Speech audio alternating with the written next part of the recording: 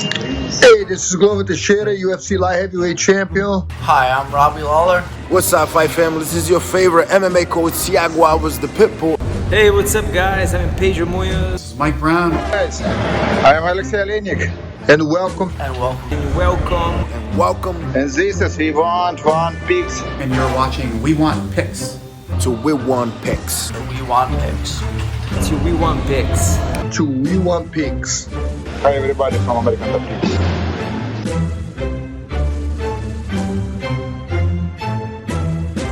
My name's Angelo, and welcome to We Want Picks. We are going to break down the entire, all 15 fights for UFC 269. We're going to give you a quick breakdown. We're going to tell you who we think is overpriced, underpriced, and who should be in your DraftKings lineup. Before I dig in, go to wewantpicks.com/DraftKings. We have a free league. We have free contests every single week. And if you win one of the free contests and you're a member of our YouTube channel, I will send you $50. $50. So click the join button under this video, become a member, then compete in the free contest. And if you win, I owe you $50. Let's just jump right into the first fight. We have Jillian Robertson versus Priscilla Kattar. Oh, let me zoom out here so we can see all the stats. Oh, look at that. Go back in. We have Jillian Robertson versus Priscilla Kattar. It's an interesting fight. Priscilla Kattar has heavy pressure. She throws big punches, and she is coming off two nice KO wins in a row. Jillian Robertson, pretty well-rounded, but she is primarily a wrestler. She's on the wrong end of two fights, but the reason Jillian Robertson is just so expensive right now is because of the takedowns, because of the grappling threat. $9,300 is a ton of money. But if we look at those fights that she does win, 94 points, 92 points, she's getting three takedowns. And even in a decision, she scored a ton of points because of 10 minutes and 34 seconds of control time. I don't like spending this much money, but there's a very, very clear path for Jillian Robertson to win to take Priscilla down. Takedowns are 5 points each. She may end up in a lineup or two because I do think she can just get a million takedowns, a ton of control time, and score from there. You agree, Jacob? Yeah, no thanks on the $9,300 for Jillian. Yeah, it's just I just don't think it's worth it. And Jacob's going to go foaming at the mouth once we hit a few of these other later ones. The second fight of the night, Randy Costa versus Tony Kelly. I'm surprised this is so early in the card, but I'm here for it. Randy Costa, a really fun, exciting striker. We just watched him. He lost to Adrian Yanez, but if you remember, he dominated that first round. He's a really good striker. He's got a ton of finishing ability, and he's super long for the weight class, and he uses his range really well. Tony Kelly, his opponent, is a brawler-style striker. He does use everything, but he comes forward with low hands and just wings punches. You know, Tony Kelly's dangerous, as are a lot of these big power punchers, but I absolutely love Randy Costa here. I've got a money line bet on him to win. $9,000 in DraftKings, you know, I think I'm going to do it because Costa's striking differential is 8-6, which means he hits you 8 times for every 6 he gets in return, where Tony Kelly's a bit sloppier, gets hit quite, pretty often. And if we look at some of the stuff that Randy Costa does, the KO against Newsom, 127 points. Against Salmon, 119. Obviously, these losses didn't bode very well, but, anytime you get power versus power, sure, Tony Kelly could come out here and knock out Randy Costa. I just don't see it happening. I like Randy Costa here. 9,000, it's I don't like spending that on anybody, but I do think Randy's one of the more alive for a stoppage. Right, Jakey boy? Yeah, if you get, it looks to me like if you think he's going to win, he's got good value. If you think he's going to lose, then don't put him in your lineup. So it seems pretty easy enough. Yeah, feast or famine type guy. We got Ryan Hall versus Derek Minner. Look who perked up.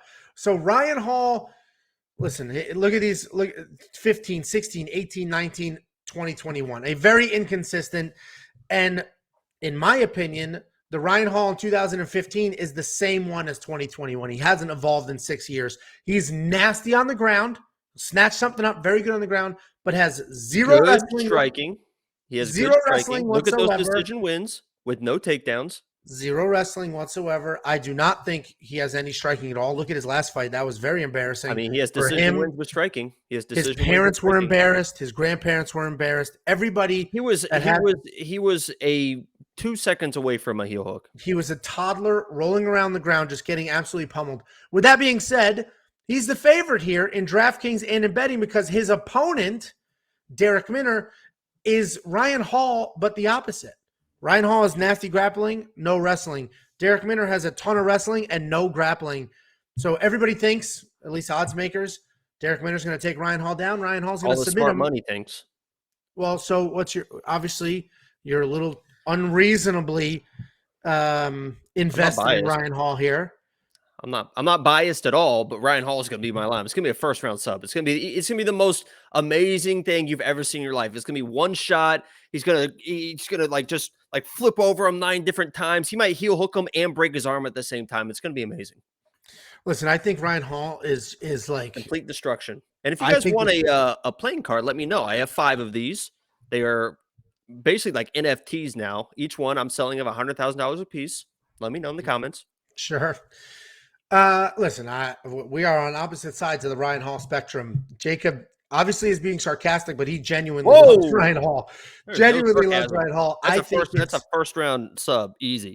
I think it's embarrassing, his lack of skill set in certain areas. But you know what's funny is everyone acts like he always gets that's always happens. That's the first time he's ever been knocked out. And he's attempted more Arminari rolls than anybody in the history of UFC. And but he usually doesn't fight like that. It was like a weird fight. He normally does. He karate fights and just hopes somebody grabs his leg to take him down. He's trained with Stephen Thompson. The guy's unstoppable. He's unstoppable. We'll find out what happens. Listen, I don't like the guy, but he is probably very live for a submission because Derek Minner, I think, is the better striker. Derek Minner is 100% the better wrestler. But if Derek Minner takes this fight, I'll leave the show. What'd you say? Nothing. Okay. If Derek Minner is definitely going to get some takedowns, and if we just look at his stats very quickly, he's Derek Minner takedowns. If he gets one, he will die. He will lose an arm if he gets one. Well, that's my point. So 2 takedowns against Elkins, 4 against Rosa. And listen, Rosa didn't submit him. And Ryan Hall's a little trickier, but listen, I like Derek Minner to win. Jacob's on the other side. And we'll see Jacob's apology tour on Sunday. You didn't hear what I said. I said if Ryan Hall loses, I'll leave the show. Is that like all right, nice? Or like I don't understand how I'm supposed to react there. I don't know. You react. I mean, it's not going to happen. That's why I say it. Okay. Well, somebody's going to be begging for their job back. On Sunday, we've got Alex Perez versus Matt Schnell. And this is an interesting one because Alex Perez is a big-time favorite here. And I'm telling you right now, I'm not spending $9,200. Alex Perez is a good striker. He's got really good low kicks. We watched him literally stop somebody. Jussier Formiga just stopped him with leg kicks alone. Matt Schnell, really good counter striker with solid BJJ. I did this in the full breakdown. Matt Schnell does an amazing job of as soon as you're coming forward, he'll take 2 steps back, let you come forward, let you work your combination. Then he will plant and then he'll come forward, throw his own combination. And he does awesome. He has awesome counter striking off of leg kicks. So while Alex Perez is a nasty leg kicker, styles make fights here. I do like Matt Schnell. It's such a close fight that I'm not going to bet money on Matt Schnell, but DraftKings, I'm not doing $9,200 on Alex Perez. And if we look at Matt Schnell, $7,000. And I think let's look at some of his wins, 91, 102, obviously 64 wasn't amazing, but I like Matt Schnell. I'm not going to spend. I mean, look at these wins. Look at the points he puts up. I'm not going to spend the money on Alex Perez. I get it. Alex Perez is tough, but he's been out for a full year. Matt Schnell's been busy. Matt Schnell's a phenomenal counter striker and has great BJJ. So I like Matt Schnell. I don't know if I'll have $7,000 on him. I may, but I'm certainly not going to spend that on Alex Perez. I like how you said, look at the points he puts up, and you highlighted like 60 and then 40 in wins. Well, everybody's got those boring decision wins. Ryan Hall knows all about it. Miranda Maverick. Yeah, wins. Thank you. He does know all about the wins. Thank you. Okay. Miranda Maverick versus Aaron Blanchfield. Miranda Maverick opened. This is interesting for DraftKings because betting lines come out before DraftKings. Betting lines came out like 2 weeks ago. Miranda Maverick was an underdog, a decent size underdog. Then the money came in. She was bet all the way to a favorite. DraftKings came out a little later, and DraftKings made her a slight favorite in this fight.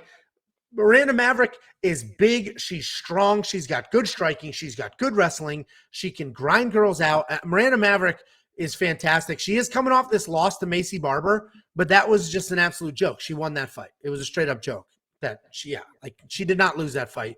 Rewatch it. No, even Macy Barber knows that Miranda Maverick didn't lose that fight. Erin Blanchfield, her opponent, is a nasty grappler. She's like Ryan Hall, but a lady. Doesn't really have great takedowns. The only person that's on Ryan Hall level is Mackenzie Dern.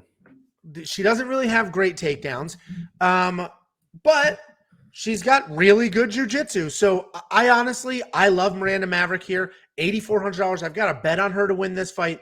84, that's just a tiny bit more than even money. And I'll take that here because I think she's the better striker, the better wrestler for sure. She's bigger, stronger. I think she'll take Blanchfield down and then just beat her up on top and avoid any submissions. Did you know Ryan Hall's from Arlington? Okay. That's right down the road. I might have to pay him a visit. Yeah, you should definitely head over there. Then we've got Andre Muniz versus Eric Anders. And this is another interesting fight. Andre Muniz, if we look at his last fight here, 107 points to basically rip somebody's arm off of their body. He's coming off of that win over Jacare Souza, where in a scramble, he got an armbar and just clean broke Jacare Souza's arm in half. And that's Jacare Souza, one of the best grapplers in the UFC. So Andre Muniz has power in his hands. He's got good striking and ridiculous, unbelievable jiu-jitsu. Doesn't have great wrestling. His opponent, Eric Anders, is a football player who's also fighting MMA. Very athletic, big, strong, fast. Doesn't hit incredibly hard, but hits hard. And looks to take people down and grind them out. He's not really a finisher. And honestly, I think taking Andre Muniz down is just a bad decision. So Andre Muniz got good technical striking. He does have power in his hands, and he can absolutely snatch up limbs on the ground, just like he did with Jacare Souza. So I like Muniz here, $8,500. This is another, just like the Miranda Maverick, this is another spot where I love it. It is possible he could be ridden out and lose, be on bottom the whole time. But Eric Anders, I don't think he's skilled enough to avoid some of the submissions and sweeps that'll be coming his way. You agree with me, Jakey boy? Yeah, I didn't know. He actually studied electrical engineering at Manhattan College in the Bronx. You ever been there? Are you talking about Ryan Hall? Right. Yeah, Ryan Hall attended Manhattan College in the Bronx and studied electrical engineering. So that's. Next up, we have Bruno Silva versus Jordan Wright. Bruno Silva, if you remember this fight against Andrew Sanchez, he was getting the crap beaten out of him. He was definitely going to lose a decision, 100%. And then in the third round, just like stood up, bombs away, and knocked out Andrew Sanchez for the win. So he looked awful and then spectacular. So Bruno Silva, big, heavy-handed guy, skilled guy. He took 3 years off because of performing enhancing drugs, and then now this will be his third fight in a couple of months. He took out a very chinny Andrew Sanchez in his last fight. Jordan Wright, he's got that weird karate style. He's a rangy karate guy. He has a 100% finish rate. His opponent, Jordan Wright, let's go look at his stats real quick, has lost by finish and won by finish in every single one of his fights. And obviously he puts up big points because of it. So if you think Jordan Wright is going to win, then odds tell you he'll win by finish, and he's worth $6,800. I like Bruno Silva in this fight. I just think he's brutal. He's never say die. We've now seen him in later rounds.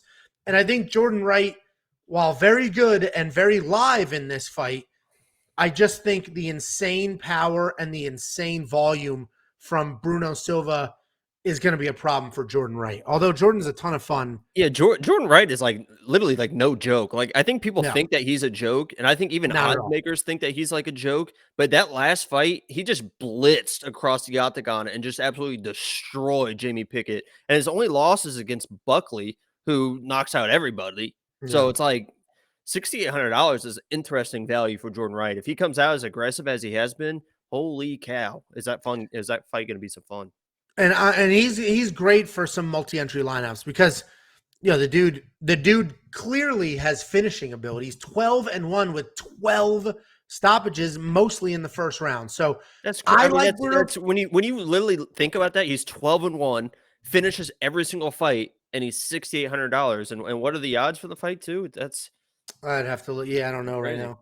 That seems crazy. There's something a little crazy about that. I like Bruno Silva here, but Jordan Wright. I don't think 280. Okay. Then we got a battle, a couple strike heavyweights. We got Tai Tuivasa, and he is taking on Sakai. What the hell is Sakai's first name? Oh my god. Augusto Sakai. Augusto Sakai is coming off of that loss to Rosenstruck. Tai Tuivasa's coming off 3 wins in a row after a 3-fight skid. It's an interesting matchup, so I like Tai Tuivasa here. I love the $8,300 price point. They are heavyweights. They will go at it. But Tai Tuivasa, I think he's the more versatile heavyweight. He's got really nice low leg kicks, really nice, power and volume. His chin is his biggest asset.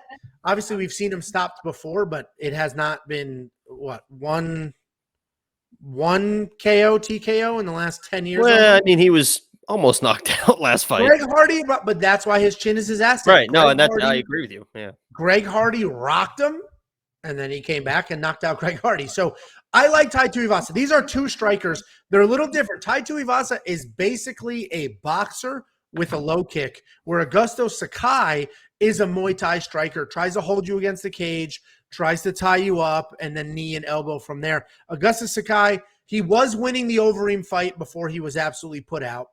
The Rosenstruck fight, he didn't even have enough time to start winning before he was put out. 3 significant strikes. I think they're on different trajectories, even though Tai Tuivasa is sort of, he's been here a lot longer and towards the end of his career. Are you like Sakai in this fight? No, I'll never pick against Bam Bam again because I had Greg Hardy in that fight, and I thought I was a genius because he did get rocked. But Bam Bam in a full arena, never pick against that man. So I'm looking forward to the shoey for sure. Tai Tuivasa is much bigger though, and he can just lay, hold him on the cage and stuff like that. I just don't see that happening. So yeah, we'll see what happens. Then we've got Dominick Cruz versus Pedro Munhoz. Dominick Cruz, the former champion of this weight class. I personally think he's the best 135-pounder that has ever lived. Dominick Cruz is the real deal. He's got phenomenal striking. He mixes that with phenomenal wrestling. And at the end of the day, it's his movement that make him as special as he is. He bounced back off of that KO knee to the head loss to Cejudo. And then that loss to Cody Garbrandt, where Cody Garbrandt out Dominick Cruz. He was bouncing around like crazy, picking his shots, taking him down. He looked incredible in that fight. And then he came back with a win over Casey Kenny. But I will say, and Jacob, let me know if you agree, I thought Dominick Cruz started to look a little older in that Casey Kenny fight. Seemed a little slower, was breathing a little heavier. Everything just seemed a little harder than usual. If you watch that breakdown that we did, I predicted that he would probably go to the grappling because as you slow down, but that's a good thing about Cruz, right? Is that he isn't reliant on the movement. Obviously, his staple is the movement, but he has a very good wrestling background that he can use, and he showed that in the Kenny fight.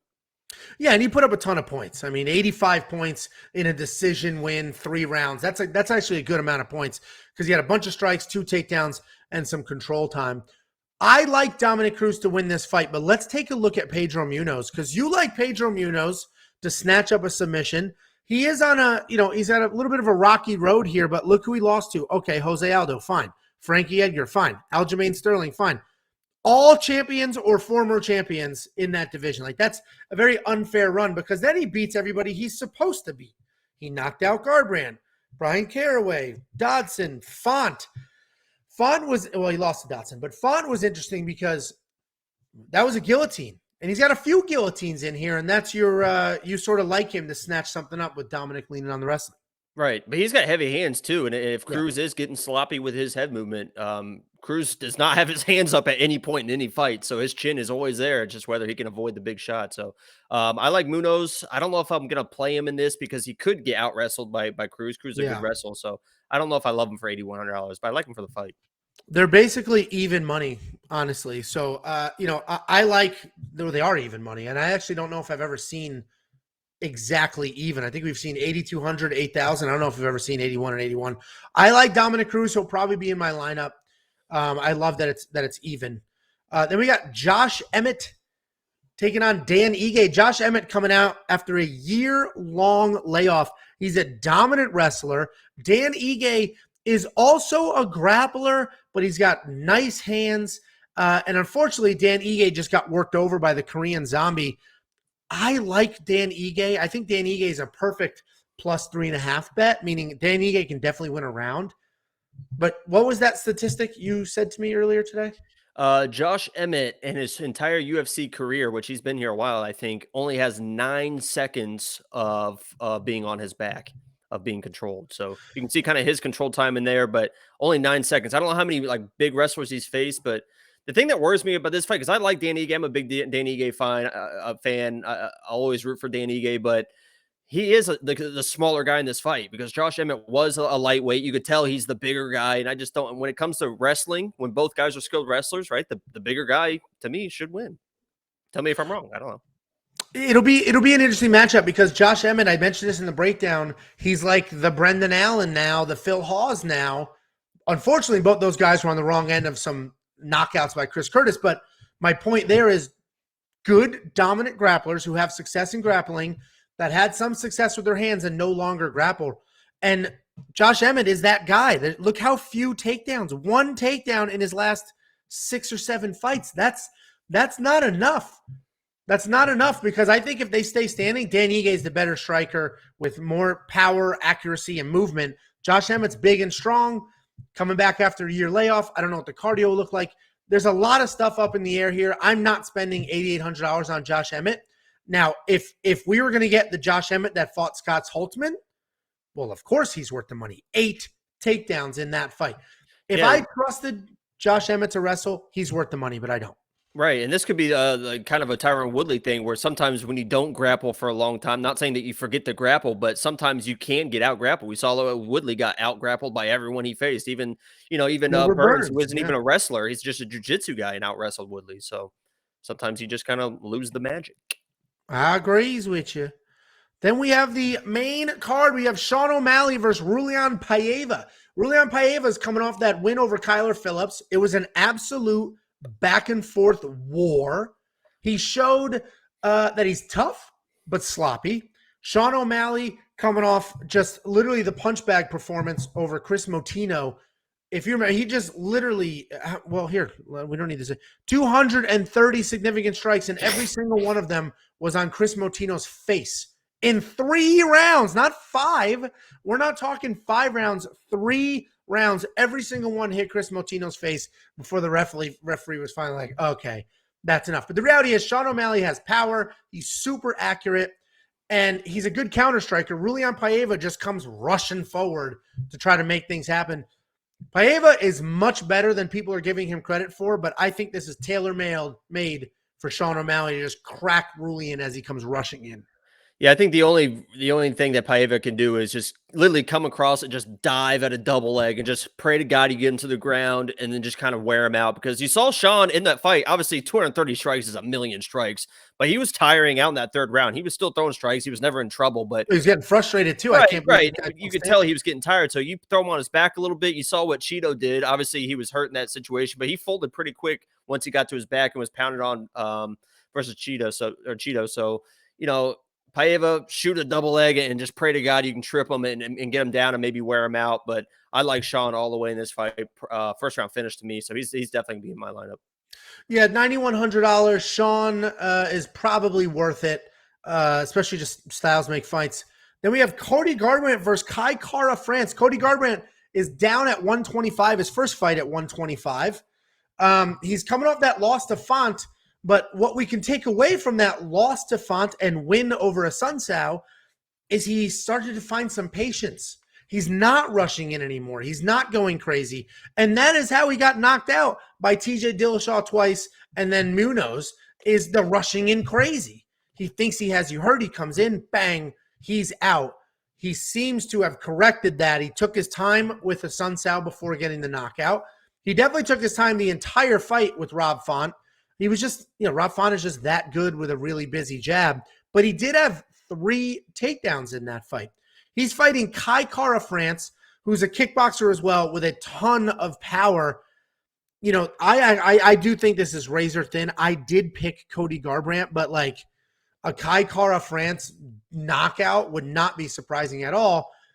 And let's look at what he does here. I mean, he's got legit power, 107 in that knockout, but even in these regular decision losses, he puts up good numbers, 78 significant strikes, 91 significant strikes against, Nam is a good striker as well. So you see his loss too is to Brandon Moreno and then Royval, which he knocked down Royval in that fight and then just got caught by a guillotine because Royval is just very, very slick with his jiu-jitsu. So, and then that Bontorin fight, he was on the ground, Bontorin's very good jiu-jitsu, on his back, just weather the storm and then ended up getting knocked out in the second round. I cannot believe, honestly, that Kai Kara France is the underdog in this fight. I get that Cody is the former champ and stuff, but coming down in weight with his chin issues, Kai Kara France in DraftKings for me seems like the play for $7,500. Unless you want to trust Garbrandt's going to wrestle. If you think he's going to wrestle the whole time, then he's the play. But it just seems pay-per-view, people in the stands that Cody's going to come out, man. And maybe it pays off for him, but maybe it doesn't. We'll see. And I picked Cody to win in the breakdown, and that's mostly because I do think he can. If he has, I think he's the better fighter. It just comes down to, does he put all the things together and not just rely on his just raw animal desire to knock people out? Like, is he thinking throughout the fight? If so, Cody's a better fighter, the more talented fighter, and he should. Sorry, go ahead. But if it's fire for fire, Kai Kara France is going to win. And what's kind of interesting about that Font fight was I actually kind of thought that Cody held back almost too much because he was hitting Font with some combos, some 2-punch combos where normally Cody would throw like a 4 or 5-punch combo. And it felt like if he opened up a little bit more, he could have put Font in some more trouble. So we'll see what Cody shows up. Yeah, it sounds like we both like Kai Kara in DraftKings more than Cody because I don't see Kai Kara getting knocked out. Cody's fast and powerful, so anything's possible. But I do think Cody's a little overpriced. Then we have Santiago Ponzinibbio versus Jeff with a G Neal. I like Ponzinibbio here. If you watch the betting breakdown, I bet on him money line. Here's the reality of it. Both these guys are very good strikers, but different styles. Ponzinibbio will manage the range, but then also come forward and dictate the pace, where Jeff Neal needs to dictate the pace. He's got real power, but if he's not dictating the pace, he tends to struggle. He tends to be on the wrong side of some of those fights. And let's not forget, Jeff Neal just got arrested for a DUI. He's not convicted, but it was arrested. It's not allegedly when you're arrested for it. He was detained to do a blood test. He had a couple glasses of wine with his girlfriend. He just happened to just be driving around. It was no big deal. It's not like he was out partying, didn't care. He literally said he was just having a couple glasses of wine with his girlfriend. He wasn't partying. Okay. It was Thanksgiving. Sure. And they haven't pressed any charges. Sure. The gun was legal. He just happened to have it. Oh, I didn't mention the gun. The gun, I don't care about the gun. It is legal. That has nothing to do with training. Anyway, you do with that what you want. In my opinion, 2 weeks before a feature fight on a pay-per-view, having enough drinks to get pulled over, 1 glass of wine with your girlfriend is not enough to be swerving to get pulled over. It just isn't. He could have just ran a stop sign or didn't use his blinker. It's not like he was swerving on the road. You get pulled over for all sorts of reasons. He could have just been speeding. Everyone's Jacob apparently watched the dash cam footage and has taken a very firm he was just up the road, right? A very firm stance on what happened. I've been to McKinney twice in the last week. I know how those roads are. It just casts some shade and some doubt on what's happening in that fight camp. Even if we remove all of that, I like Ponzinibbio to dictate the pace, to control the pace. And Jeff Neal, when he doesn't control that pace, he ends up on the wrong end of some decisions like we saw in his last 2 fights. There were no real takedowns here. Obviously only one against Neil Magny. But, Stephen Thompson, no takedowns there. He just matadored him the whole time. Neil Magny bullied him the whole time. And I could see Ponzinibbio doing that as well. Both the matador and the bully. I like Ponzinibbio to win that fight. Therefore, $8,200 I think is worth it. But Jeff Neal, let's go back to him real quick. KO. So like Jeff Neal's a finisher. And if you think Jeff Neal's going to win, then he should be in your DraftKings lineup at $8,000. First round knockout, Jeff Neal. Well, then he's definitely worth the money. Put that in Then the we got recap. co-main event. We got Amanda Nunes, $9,500. We don't need to spend a lot of time here. I think she's worth it. She'll be the highest owned person on the entire card, but I think she's worth it. I mean, even in her decisions, even if she doesn't put away Juliana Pena. 126 points, 159 points. I mean, she's worth the money. She's worth the money. Yeah, I think Julia Pena is probably the most ready mentally person that Amanda is going to face, because Amanda does beat people mentally, kind of like the Khabib effect. They just are beat before they even walk in there. The second something starts going wrong, they panic. I don't think Pena is going to do that. But yeah, you got to have Amanda Nunes in your lineup. There's no doubt about that.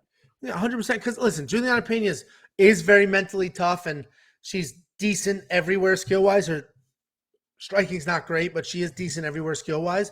But she doesn't, I mean, the person who's going to dethrone Amanda Nunes is not the same person who lost to Duran to me. Obviously, everybody loses to Shevchenko. I don't see, your decisioning Zingano, you're decisioning Jessica I, but you're going to beat Amanda Nunes. I just don't see that happening, but DraftKings wise, you got to go with the. I don't know if the girl that's going to beat Amanda Nunes is even born yet. Does that make sense? I don't know if there's anyone out there. Honestly, she may retire just like this. Then we got the main event, Dustin Poirier versus Charles Oliveira. Listen, pick your side. I'm surprised that Dustin is like a good size favorite here. To me, this should be a pick 'em. If anything, if I'm setting these prices, I go back down the list. I have these values here, 86 and 70, whatever. That's for the Dominick Cruz Pedro Munhoz fight. That seems more appropriate there than it does here. This is a straight up pick 'em. This fight should be 8,100. So you pick your side. I'm going to give you my opinion. Dustin Poirier has some of the best straight up boxing in UFC. He has incredibly high fight IQ. He can grapple, and he's proven how tough he actually is. If we move down and we look at Charles Oliveira has the most submission wins in UFC history. Charles Oliveira can knock anybody out. I mean, look at this. Charles Oliveira is finishing the world. He's not just a boxer, but a kickboxer. I think Charles Oliveira wins this fight. Obviously, the risk is he's taken down over and over, but the reality is he has more submissions than anybody else in the history of the UFC. I don't think that's necessarily the best game plan. So I like Charles Oliveira, and I love him at $7,600. What do you think? Yeah, I agree that it seems weird that the champ is the underdog here. Obviously, people are in love with Poirier because of the Conor fights and stuff. But if you look at tools to win the fight, I think Chael even said the same thing. Charles has way more tools to win this fight than Dustin. Obviously, Dustin has the pure boxing, but even that is a lot closer than people think. Charles Oliveira's boxing, the way he uses his length and his little short shots are tough. You saw that versus Michael Chandler. That was just like a little check hook, little left hook that was just so solid, and there's so much power behind it. It dropped Michael Chandler, and Gagey couldn't even put Chandler away. So it was also kind of funny too. Gagey on the pregame show this morning during weigh-ins and stuff was like, because he's like very anti-Oliveira for some reason. He thinks he's going to quit when he gets along. He's like, the guy's never even seen a fourth round. It's like, well, this is why he's never seen a fourth round. Whose fault is that? Look at all these. He puts everybody away, and he goes back to the Felder fight. He said that he quit in the Felder fight, which maybe he did, but he's gone on such a stretch before that. That was it was 4 years ago. Yeah, it was 4 years ago, and Felder is no slouch as well. The Irish Dragon. So I like Oliveira in this fight. I think he's a better value at $7,600. I think if anyone is going to finish anyone, it's going to be Oliveira finishing Dustin. I think if there's a decision, it probably might lean towards Dustin just because he's going to be able to outbox him. But even in a decision, Oliveira he's so good with those takedowns, those body lock takedowns. And the thing is, Dustin's not afraid to box against the cage, right? He's not afraid to go back and dirty box against the cage, but Oliveira will close that distance, get a body lock, and put him to the ground. So I like Oliveira like all the way. And I feel weird saying that because I do like Dustin. Everybody loves Dustin, and I think too many people's hearts are in this because we just spent the last two fights talking about how amazing, what a good guy. He beat the brakes off of Conor. I think Charles Oliveira would have done the exact same thing to Conor. The exact same thing. Right. So So I like Oliveira all the way as a fight in DraftKings for bets, everything. I like Oliveira. yep, but I do think it should be a pick 'em or close to a pick 'em, and this is very wide. So, guys, that's our breakdown. wewantpicks.com/DraftKings. If you are a member of our channel, which means you click the join button under this video, I will send you $50 if you won our weekly DraftKings contest. See you guys on Saturday.